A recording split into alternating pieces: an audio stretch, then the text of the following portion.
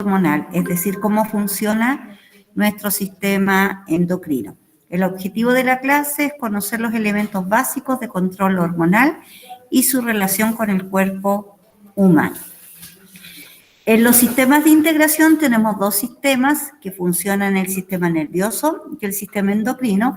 Entre los dos hacen una regularización y una coordinación de todas las respuestas que nosotros vamos a dar a nivel de sistema nervioso y a nivel de sistema endocrino. El sistema nervioso trabaja mediante los impulsos nerviosos a través del axón de la neurona y el sistema endocrino produce unas sustancias químicas llamadas hormonas que libera el torrente sanguíneo, ¿no es cierto?, para ejercer su acción en otras células u órganos. Entre ambos elaboran respuestas, estas respuestas van a generar cambios, estos cambios van a responder al medio interno o al medio externo. Si es en el medio interno, es para mantener nuestro equilibrio, nuestra homeostasis, y si es a través del medio externo, para, ¿no es cierto?, el comportamiento, o sea, cómo nosotros vamos a actuar frente a nuestro entorno. El sistema endocrino, como muestran las imágenes, está formado por un conjunto de órganos que están incluidos ahí, ¿no es cierto?, nuestro sistema nervioso central, que se conecta con nuestra glándula, que es la hipófisis. Luego tenemos otros órganos que participan en el sistema endocrino, como son la tiroides, el timo, las glándulas suprarrenales, el páncreas, los ovarios y los testículos. ¿Qué hacen ellos?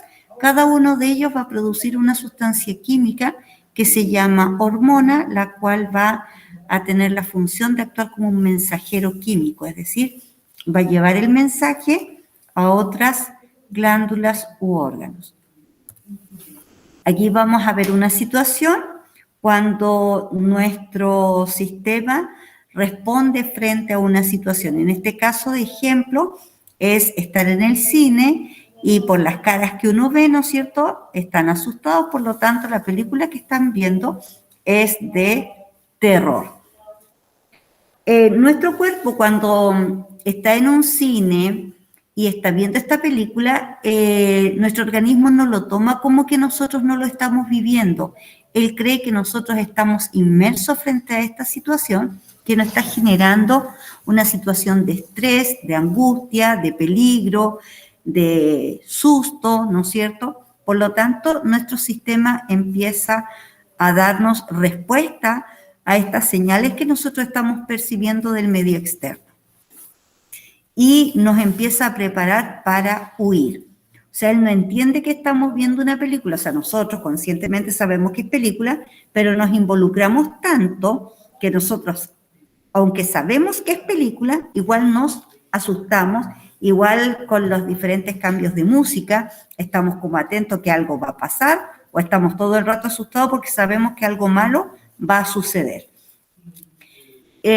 A pesar de tener la conciencia de que es una película y uno dice, pero si es una película, ¿por qué me asusto tanto? Y es porque te empiezas a involucrar con lo que estás viendo y crees que estás viviendo la misma situación. ¿Qué ocurre acá cuando estamos frente a esta situación? Cuando va avanzando la película, nos empezamos a asustar y al asustarnos, nuestro corazón empieza a bombear más rápido y esto es porque va a llevar sangre a todos los órganos que necesitan en caso, ¿no es cierto?, de que exista alguna lesión, alguna herida, porque cree que nosotros vamos a vivir la misma situación. Entonces nos prepara por si nos pasa algo.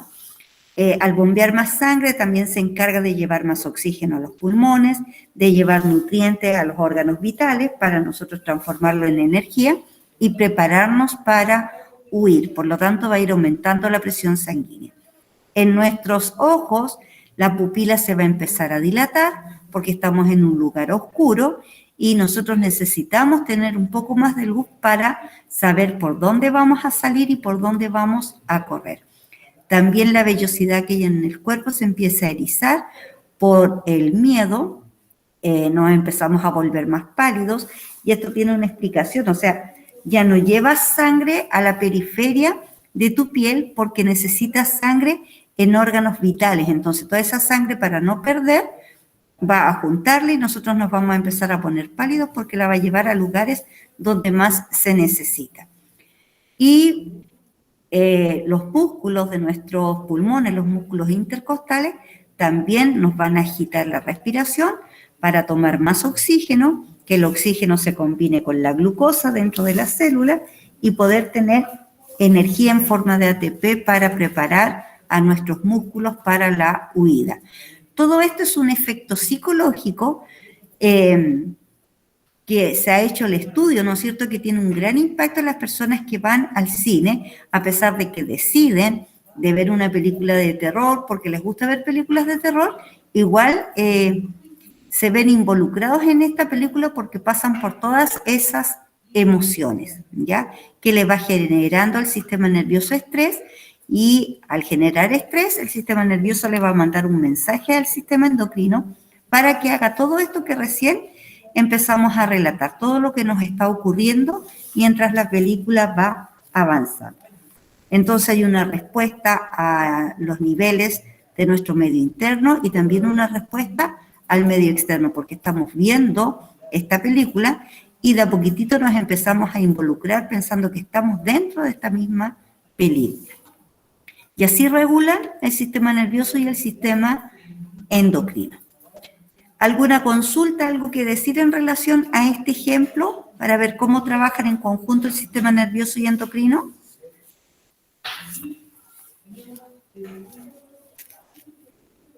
¿No? Señorita, por acá no, todo claro. Ya. Funciones del sistema endocrino. El sistema endocrino en general tiene la función de regular el equilibrio de nuestro organismo, es decir, mantener nuestra homeostasis.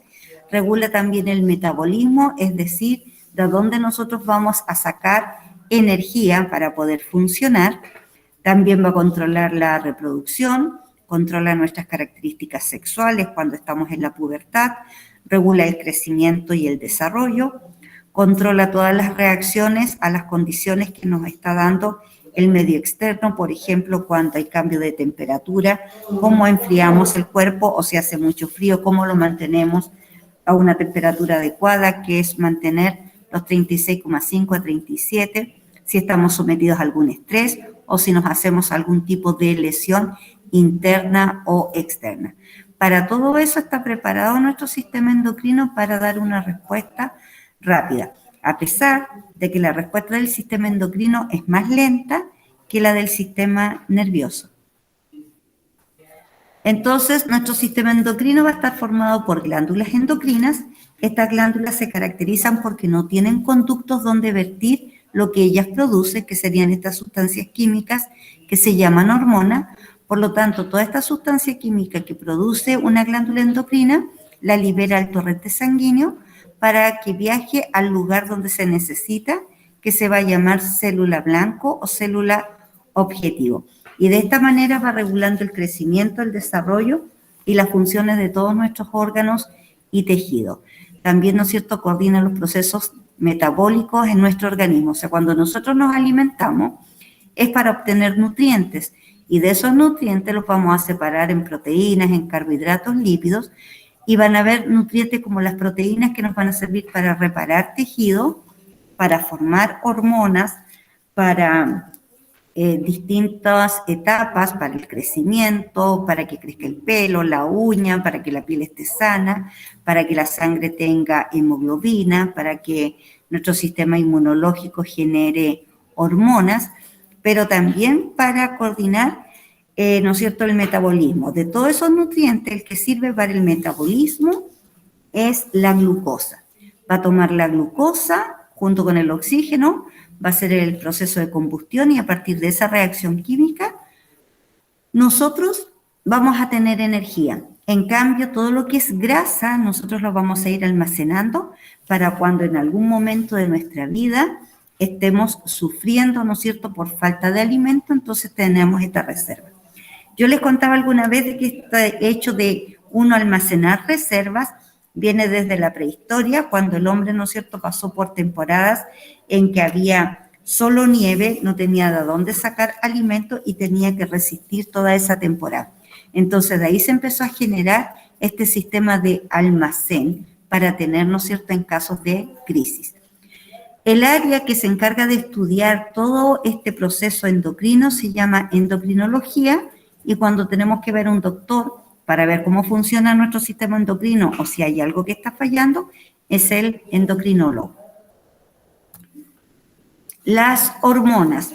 Las hormonas son moléculas, son sustancias químicas, hay algunas que son macromoléculas, son más complejas, pero ellas están a cargo de regular todo nuestro proceso con el fin de que nos mantengamos bien. O sea, en este minuto estar sentado, escuchando, tranquilo, relajado, manteniendo una temperatura corporal, estando bien.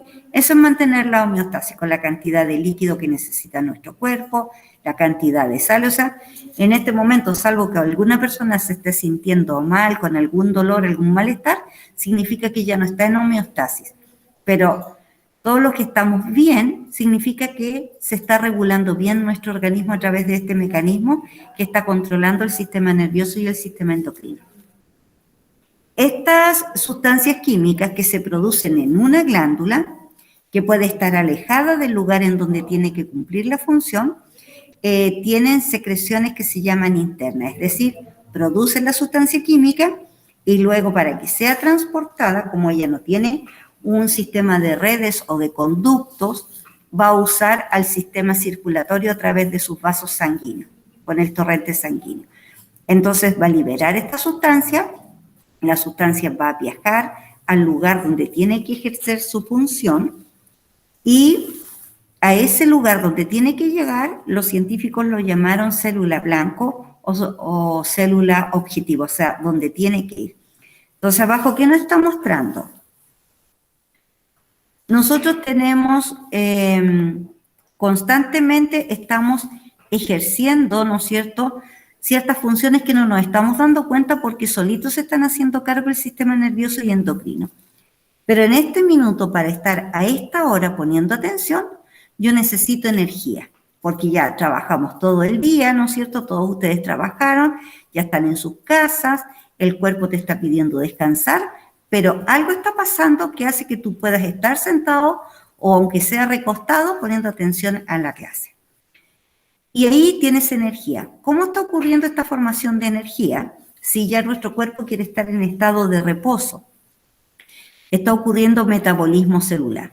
Y para que esté ocurriendo metabolismo celular, significa que el sistema nervioso le está enviando mensaje a la glándula tiroides para que la glándula tiroides genere sus hormonas, estas hormonas viajen a todo el cuerpo para que cada una de las células en este minuto esté transformando la glucosa que nosotros tenemos desde la once que tomamos después de habernos alimentado, más el oxígeno que estamos respirando, y nos está dando ATP, nos está dando energía. Y por eso estamos funcionando, porque ellos dos están haciendo esta función sin que nosotros nos demos cuenta, pero sabemos que estamos funcionando aunque estemos cansados. Entonces, estas sustancias químicas se llaman mensajeros químicos. Aquí está la glándula, se me perdió la flechita, aquí. Esta es la glándula, la célula endocrina. Va a producir esta sustancia química, la va a liberar y se va a ir por el torrente sanguíneo, por nuestros vasos sanguíneos, hasta llegar al lugar, ¿no es cierto?, donde tiene que ejercer su función. Esta célula en donde va a ejercer su función va a tener un receptor, va a recibir a la hormona.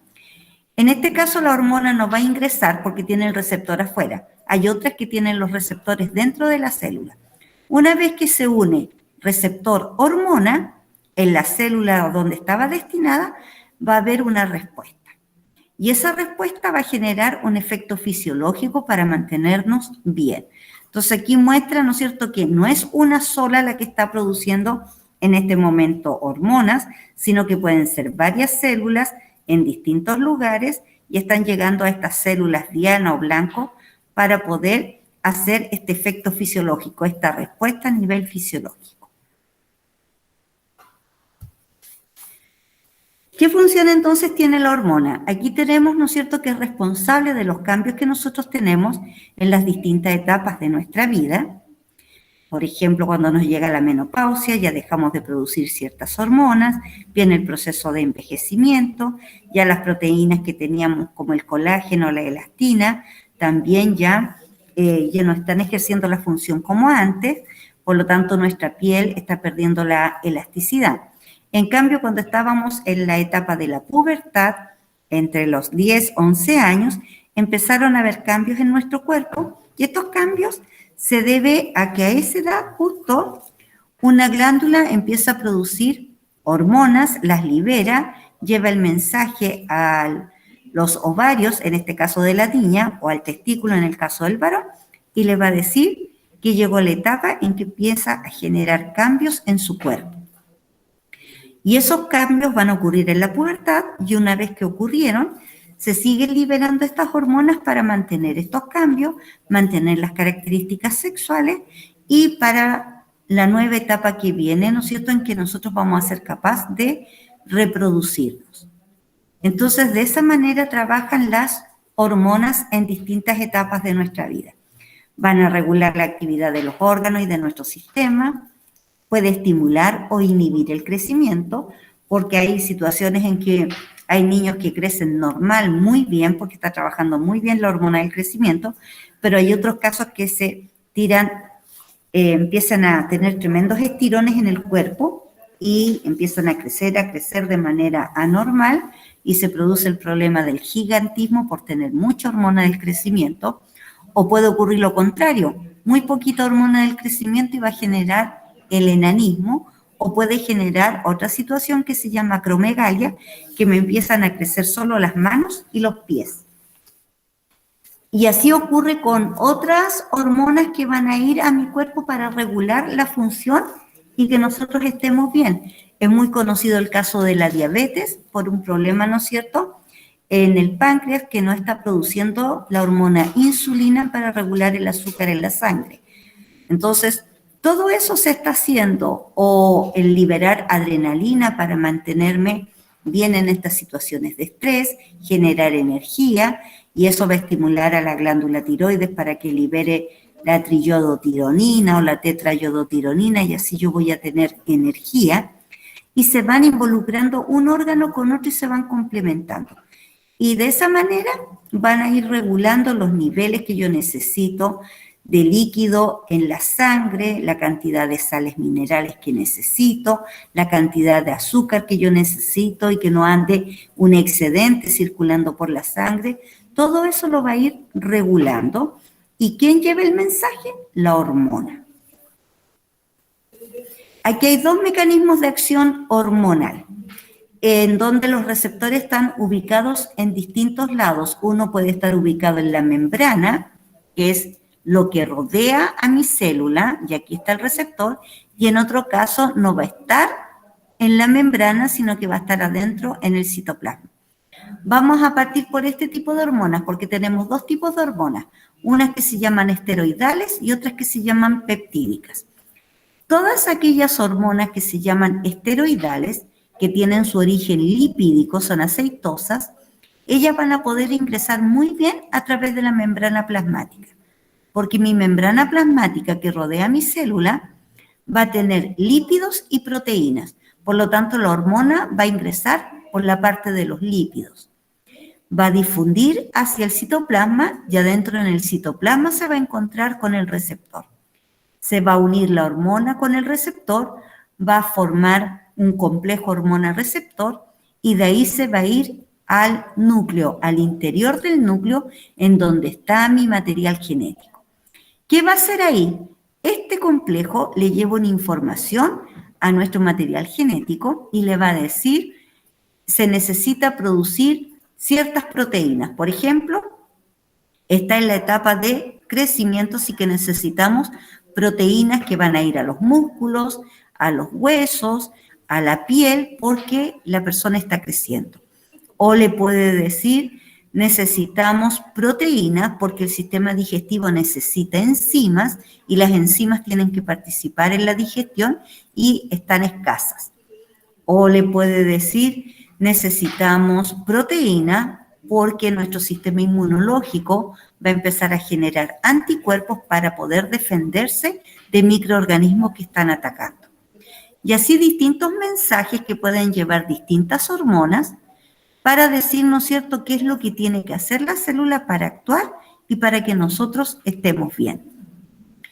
En cambio, la hormona peptídica, ella se va a unir a un receptor que hay en la membrana plasmática, no va a necesitar entrar y cuando hace este complejo hormona-proteína con el receptor, va a generar un segundo mensajero. Ella ya trae un mensaje, pero como no puede entrar, es como que le pasa el mensaje a otro segundo mensajero.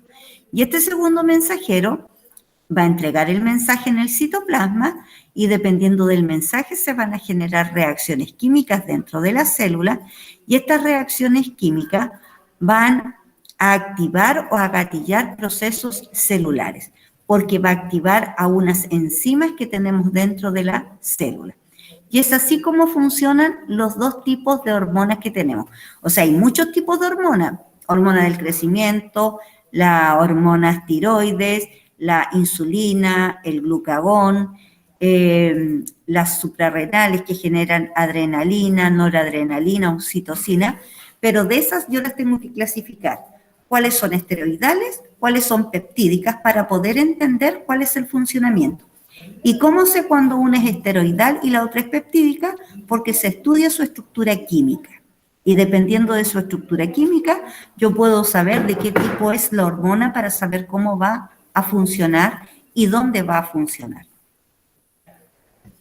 La regulación hormonal actúa por dos mecanismos que se llaman feedback. Está el feedback positivo y el feedback negativo. El feedback positivo generalmente es para sacarnos de esta homeostasis, de este equilibrio que nosotros hemos estado manteniendo. ¿Por qué nos saca de este equilibrio? Porque el feedback positivo significa aumentar la cantidad de hormonas, aumentar la cantidad de azúcar, aumentar la cantidad de líquido corporal o aumente la disminución de, o sea que el riñón pierda agua a través de la orina sin retener agua y nosotros nos vamos a empezar a deshidratar. O sea, todo que sea en aumento. Para controlar esto se va a activar el feedback negativo que le va a decir que hay que empezar a mantener constantes los niveles, que ya no es necesario que sigamos liberando tanta sustancia o perdiendo tanta sustancia para volver a la homeostasis. Y cuando el feedback negativo actúa de más y está controlando mucho, va a venir el positivo. No, tenemos otra vez que aumentar la cantidad de hormonas en el cuerpo. Y se van a ir así autorregulando entre estos dos mecanismos. Entonces, para que esto funcione, el feedback positivo o negativo, tiene que venir un estímulo. El estímulo lo recibe el sistema nervioso a través de sus neuronas sensitivas. Supongamos que viene de afuera. Va a llevar el mensaje.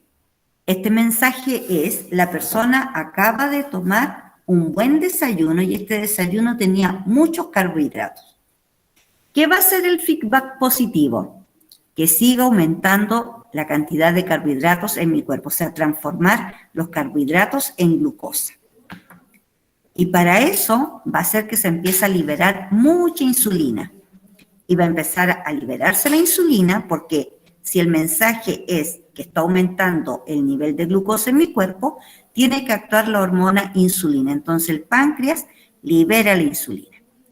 Y se empieza a liberar y se libera tanto que casi no nos está dejando glucosa en la sangre que tiene que andar un poco circulando para yo transformarla en energía y la está almacenando toda.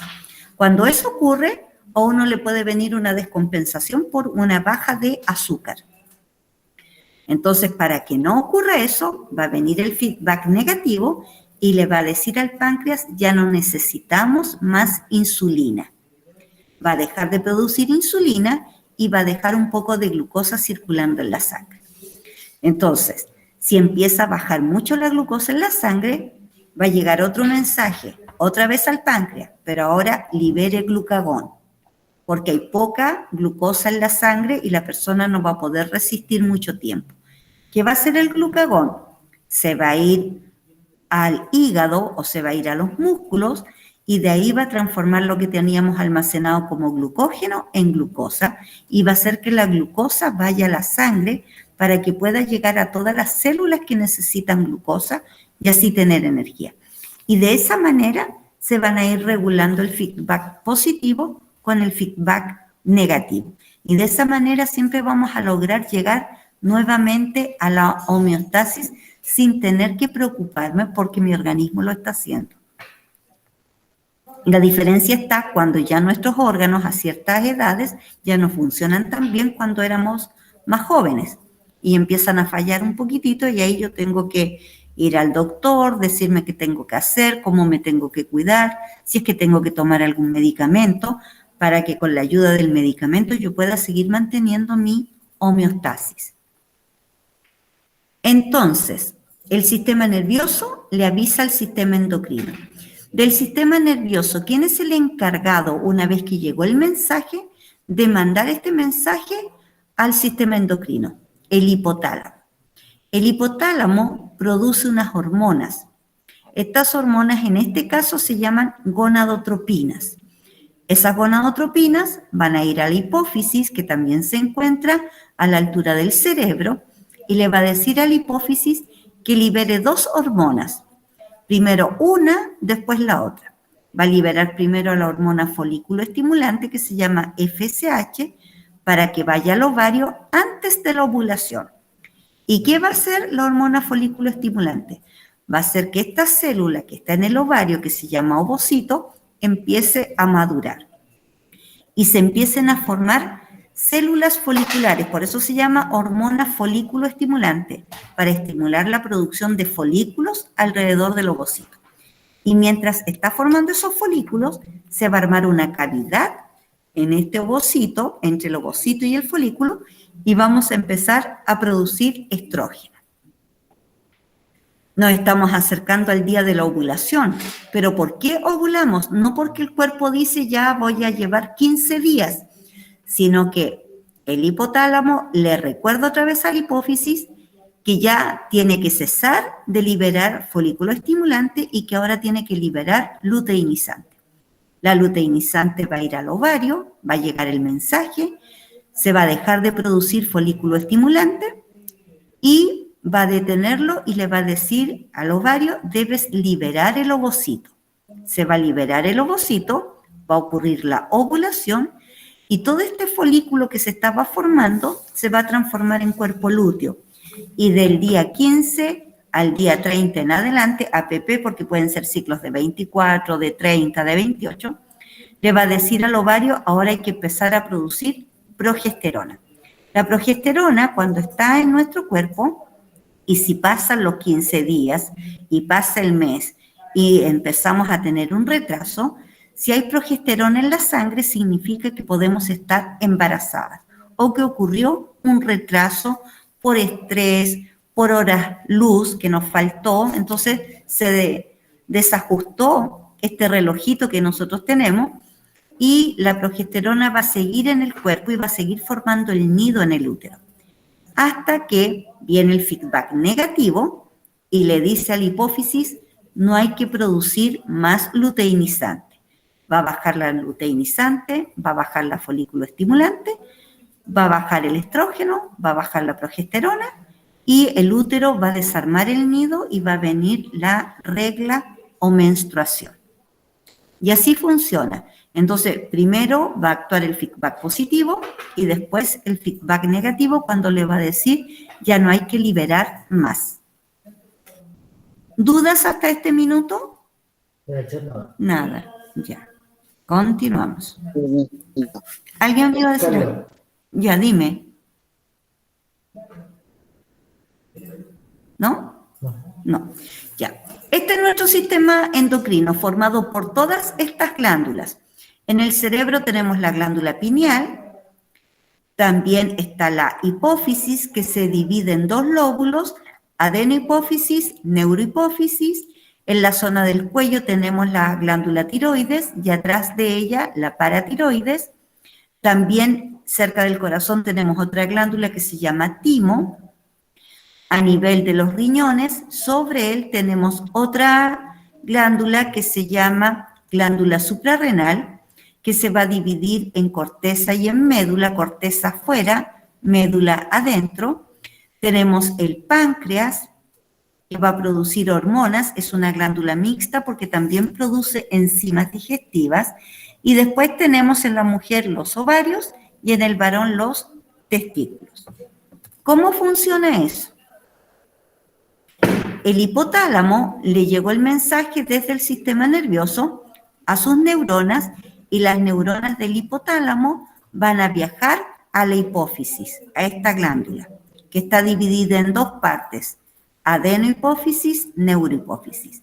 La adenohipófisis produce todas estas hormonas, las que están con esta flechita, la TSH, ACTH, la FSH, LH, la GH y la prolactina. Y la neurohipófisis va a producir la ocitocina y la ADH o vasopresina. Entonces, dependiendo de la situación, el hipotálamo le va a entregar información a través de sus células nerviosas a la hipófisis. Supongamos que la información es que nosotros tenemos que realizar metabolismo celular para transformar la glucosa en energía. ¿Qué va a hacer la hipófisis? Va a producir una hormona, que significa que una glándula va a controlar a otra glándula. Entonces, esta glándula llamada hipófisis, específicamente adenohipófisis, va a producir las hormonas que se llaman estimulantes de la tiroides. Estas hormonas estimulantes de la tiroides van a llegar a la tiroides, que está en el cuello, y le va a decir a la tiroides que tiene que empezar a actuar y producir dos hormonas, la triiodotironina o la tetraiodotironina. Estas dos hormonas regulan el metabolismo celular, el metabolismo de cada una de las células de mi cuerpo. ¿Qué significa eso? Que estoy generando energía. Es más, cuando uno hace dietas o quiere controlar, ¿no es cierto?, porque subió mucho de peso y quiere volver a su peso normal, ¿nosotros qué hacemos?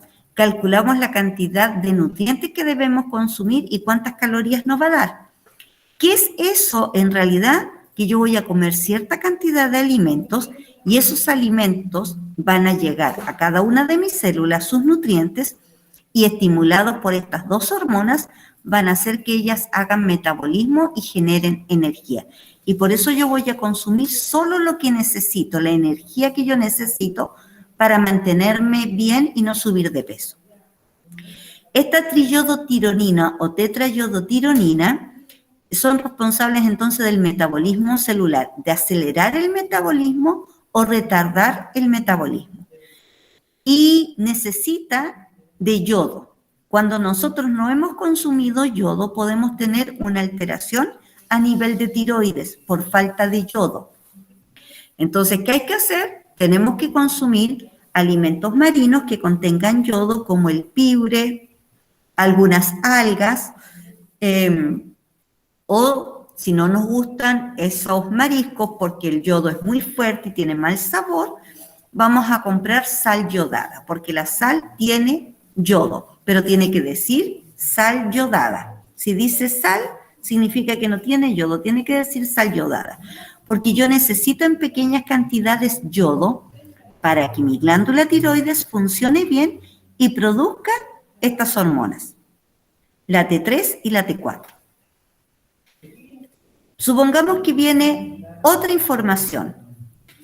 Estamos sufriendo un tipo de inflamación y necesito que mi cuerpo genere corticoides o glucocorticoides o cortisol o andrógeno. Porque tenemos un proceso, por ejemplo, cuando estamos con asma, tenemos un proceso inflamatorio que nos impide respirar bien, o tenemos artritis y se nos están inflamando las articulaciones y yo necesito de este cortisol que actúa frente a esta inflamación. Entonces va a venir la adenohipófisis y va a producir la hormona que se llama adrenocorticotrófica o adrenocorticotrofina. Esta adrenocorticotrófica va a llegar ¿a dónde? a la glándula suprarrenal que está sobre el riñón y le va a llevar un mensaje. Debemos liberar glucocorticoides, cortisol o andrógeno.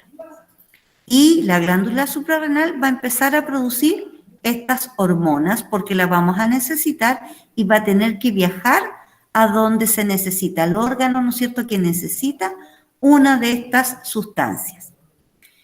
Otro mensaje a nivel de gónadas, va a actuar la hormona gonadotrofina, que las produce también la adenohipófisis. Viaja la hormona y va a ir a las gónadas. Puede viajar al ovario en la mujer, al testículo en el varón. La función va a ser distinta, porque la hormona folículo estimulante en la mujer le va a decir que produzca folículos para que pueda generar estrógeno. En cambio, en el varón le va a decir que tiene que producir espermatozoides. Y la hormona luteinizante, que le va a decir al ovario que tiene que producir progesterona para formar el nido, al varón le va a decir que produzca la hormona testosterona. Entonces, son funciones distintas, pero vienen igual de la adenohipófisis. Una hormona que estimula a otra glándula, o sea, de una glándula a otra glándula. Y estas glándulas van a producir sus propias hormonas. El ovario, estrógeno, progesterona, el testículo va a producir testosterona. Y hay otra que va directo y no necesita un contacto con otro órgano para ejercer la función. Esta se llama la hormona del crecimiento, la GH. Va a ir ¿a dónde? A los huesos, a los músculos, a la piel, a donde yo necesite proteínas porque estoy en etapa de crecimiento. Va a generar un metabolismo para producir proteínas, para transformar las grasas en proteínas, porque todo eso me va a servir para que los huesos crezcan, los músculos crezcan. A veces ocurre, ¿no es cierto?, que hay diferencias en el crecimiento, que también lo tiene que ver el endocrino, que mis huesos van creciendo más rápido que mis músculos. Y eso también lo debemos regular y ver qué está pasando con la hormona del crecimiento. Entonces, esas son las hormonas. Me falta esta, la prolactina. A veces hay mujeres que sin estar embarazadas, sin haber tenido un bebé, producen prolactina. Y es porque hubo una alteración y la hipófisis se equivocó y mandó este mensaje erróneo y la glándula mamaria empieza a producir prolactina para segregar leche. Pero esta actúa una vez que hubo parto. El parto va a ser el mensaje que va a llegar al hipotálamo, el hipotálamo a la adenohipófisis y le va a decir que las glándulas mamarias tienen que empezar a producir leche, entonces les va a empezar a enviar prolactina. El otro lado de la hipófisis ahora, la neurohipófisis, produce dos hormonas. Estas dos hormonas, a diferencia de estas, va directo al órgano efector. Está la ADH o la hormona antidiurética. ¿Qué significa antidiurética? Que le va a decir al riñón que no puede eliminar más orina. Antiguamente se le conocía como vasopresina, que le decía al riñón, ¿no es cierto?, el organismo tiene poca agua, esta persona no ha tomado agua, por lo tanto no puede perder más agua. Y le va a decir al riñón, no más, reabsorbe toda el agua que le queda a esta persona para que se pueda mantener hidratado, si no van a empezar a venir los problemas. Entonces, esa es la ADH que se va directo al riñón. Antiguamente, vasopresina. Y va a producir otra hormona, la oxitocina. La hormona oxitocina se produce en dos situaciones. En el momento del parto, para que empiecen las contracciones uterinas, también cuando nosotros vamos a tener la menstruación y las personas dicen me duelen los ovarios, en realidad no son los ovarios los que duelen, están doliendo las contracciones uterinas porque estamos desarmando el nido y para eso necesitamos oxitocina. Y también para que salga la leche. La prolactina le va a decir produzca leche, pero no le dice que la leche tiene que salir. La oxitocina le va a decir tiene que empezar a salir la leche de la glándula mamaria. Entonces tenemos estas dos hormonas que actúan desde la neurohipófisis hacia el órgano efector. Esta se estimula por la succión, esta genera contracciones para generar después dilatación con la hormona que se llama relaxina, trabajan las dos y empieza a dilatar y por eso que se sienten esos dolores durante la etapa de menstruación y obviamente mucho más doloroso porque se tiene que dilatar más en el momento del parto. ¿Consultas? Nada. Están aprendiendo todo, parece. ¿Qué hora es, Nico? 10:15, 10:13. Ya. Ahora vamos con las otras. Ya dijimos, ¿no es cierto?, la que viene de la hipófisis, la neurohipófisis y la adenohipófisis. Ahora vamos a ir directo con lo que hace el hipotálamo, lo que hace la hipófisis y todas las otras glándulas que hay en el resto de mi cuerpo. El hipotálamo, habíamos dicho, pertenece al sistema nervioso central y él se va a integrar con la hipófisis y va a liberar sustancias que se llaman neurohormonas, porque se combina el sistema nervioso con el sistema endocrino, porque es el puente que hay entre el sistema nervioso y sistema endocrino a través del hipotálamo. La hipófisis también se conocía antiguamente como pituitaria. Esta glándula es la glándula madre, la que coordina y controla el funcionamiento del resto de las otras glándulas que hay en mi cuerpo. Ella va a producir hormonas que van a estimular a estas glándulas o van a estimular directo a los tejidos o células que necesitan funcionar. Y por eso se llama la glándula madre, la que controla todo. Entonces, si yo tengo un daño en la hipófisis, ese daño me podría causar una alteración a nivel de las otras glándulas porque no me va a poder mandar el mensaje para que el resto funcione bien. Y dependiendo dónde sea el daño, si es en la adenohipófisis o en la neurohipófisis. La glándula pineal también se ubica en nuestro cerebro, específicamente entre los hemisferios cerebrales. Ustedes saben que el cerebro se divide en dos, que son los hemisferios. Ella produce una sustancia, una hormona que se llama melatonina. La melatonina es la encargada de regular el sueño. Ellos se llaman los ciclos circadianos, es decir, ella trabaja en función de las horas luz y las horas noche. Entonces, cuando empieza a atardecer y se empieza a oscurecer, se activa la melatonina y a uno le empieza a dar sueño y llega ese mazazo que te tira, te tumba en la cama y te quedas dormido. U otras veces cuando tenemos alteraciones del sueño, no se activa nunca la melatonina y tenemos que ayudarnos con ciertas pastillas. Pero no es bueno acostumbrarse a las pastillas porque si no después nunca tu glándula pineal va a ser capaz de producir por sí sola la melatonina. Entonces ella te va a controlar horas sueño y el estado de vigilia. Es decir, estoy durmiendo, lo que se llama el sueño REM, que yo estoy durmiendo y cuando empiezo a quedarme dormida y empiezo con el parpadeo de los ojos, significa que ya estoy en la fase más profunda del sueño. Y por eso empieza el parpadeo. Entonces, cuando tú ves a una persona que está parpadeando y uno dice, este se está haciendo el leso y no está durmiendo, mentira, es ahí cuando está en el sueño más profundo. Después de que pasó ese sueño profundo, viene este sueño que queda en estado de vigilia, o sea, alerta a cualquier situación que pueda ocurrir. Es decir, los órganos de mi sentido están atentos, escuchando cualquier estímulo que venga del exterior para yo despertar.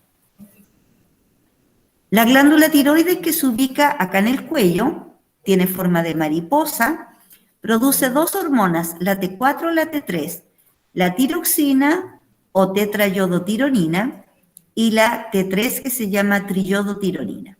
Ellas regulan el metabolismo celular, o sea, cómo yo genero energía en cada una de mis células usando la glucosa y el oxígeno. La paratiroides, que se encuentra detrás de la glándula tiroides, ella produce una hormona que se llama paratohormona, PTH. A diferencia de la tiroides, ella se relaciona con el calcio y el fósforo, es decir, ella va a actuar en etapas del crecimiento cuando está más activa, ya cuando uno es adulto, produce menos paratiroides y por eso que no soy capaz de absorber el calcio y el fósforo, aunque yo tome leche. Y le dicen a uno, no, aunque tomes leche ya no absorbes calcio. Y uno tiene que tomar un tipo de medicamento que me ayude a fijar el calcio en los huesos para no seguir perdiéndolo. Porque llega una edad en que en vez de absorberlo, empiezo a perder calcio y me empiezo a descalcificar. Y es producto, ¿no es cierto?, porque ya no estoy liberando algunas hormonas que antes liberaba, lo que se llama menopausia. En el hombre se llama andropausia. Entonces la paratormona, ¿qué hace? Se libera, va a mi organismo, a todas partes de mi organismo, para que yo absorba el calcio. Funciona muy bien en los niños, que toma leche y está absorbiendo todo ese calcio para que los huesos sean más resistentes, para tener calcio en los procesos de coagulación, para tener calcio cuando está ocurriendo la sinapsis química. La glándula suprarrenal está sobre el riñón, se divide en dos, médula y corteza. ¿Cuál es la diferencia entre la médula y la corteza? Una va a producir cortisol, la que está más afuera, y aldosterona, que también sirve, ¿no es cierto?, para las características sexuales. Y la médula me va a producir adrenalina y noradrenalina cuando yo estoy sometida a situaciones de estrés, de peligro, de riesgo. Estoy dando una prueba, un examen. Mi jefe me pidió que le hiciera un escrito en donde yo tengo que poner todo lo que se ha hecho durante el mes, porque hay una reunión y esas situaciones me generan estrés y yo empiezo a liberar adrenalina y noradrenalina. En cambio, las otras van a actuar frente a situaciones de inflamación. El páncreas, que está al lado izquierdo, ella se va a encargar de producir tres hormonas. La somatostatina, que actúa a nivel de cuerpo. Esta es importante porque me va a decir y me va a avisar cuando yo estoy consumiendo alimentos con carbohidratos y que voy a producir glucosa. La insulina va a actuar cuando hay mucha glucosa en la sangre para hacer que la glucosa se almacene en el hígado y en los músculos. En cambio, el glucagón va a actuar cuando el mensaje sea distinto. Esta persona está en ayuno, no ha consumido alimentos, se saltó el almuerzo, se saltó la once y está bajando la glicemia. Entonces, ¿qué va a hacer el glucagón? A donde se había guardado glucosa en forma de glucógeno, que era en el hígado y en los músculos, va a llevar un mensaje que se libere glucógeno para que se transforme en glucosa y yo pueda mantenerme con energía hasta que llegue a algún momento en que yo pueda consumir alimentos para que deje de actuar. En los ovarios ya habíamos visto, se producen las hormonas sexuales estrógeno-progesterona. Ellas, durante la pubertad, el estrógeno te da las características sexuales femeninas y después de la pubertad, junto con la progesterona, van a regular mi ciclo menstrual para preparar mi cuerpo frente a un posible embarazo. En cambio, los testículos van a producir la hormona testosterona, que también en la pubertad te va a dar los caracteres sexuales masculinos, y después de eso va a actuar en el proceso de espermatogénesis, es decir, que el hombre hasta cuando sea viejito y muy viejito, a diferencia de la mujer, va a seguir produciendo espermios. Y ahí está cómo funcionan todas las glándulas de mi cuerpo. ¿Dudas?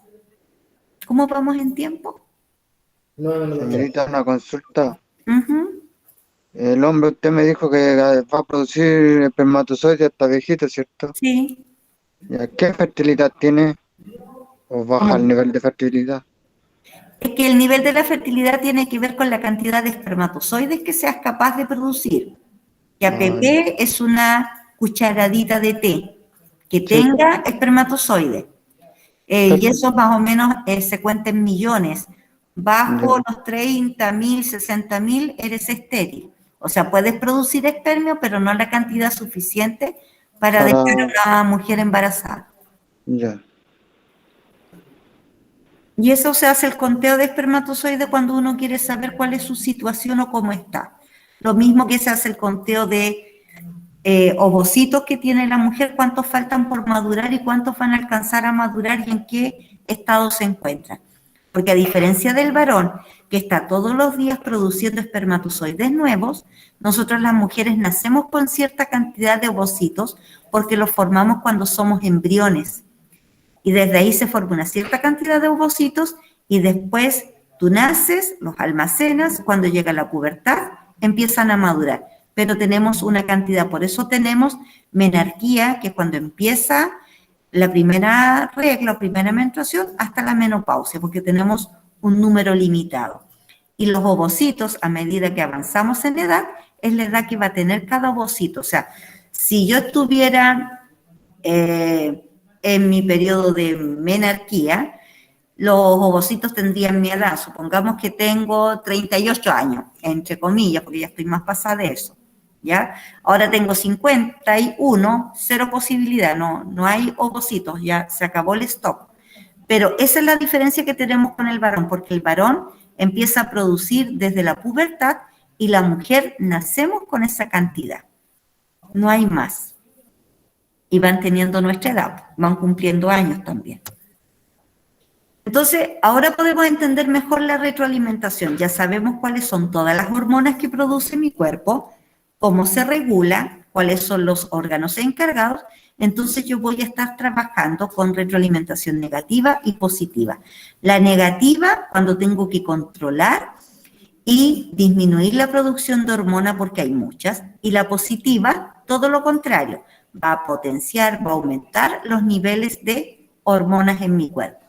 Pero cuando sea mucho, va a actuar la retroalimentación negativa y la va a controlar nuevamente, hasta cuando se vuelva a necesitar. En una situación de estrés, que es lo más típico, sobre todo en estas épocas, el estrés es un mensaje que va a llegar a nuestro hipotálamo.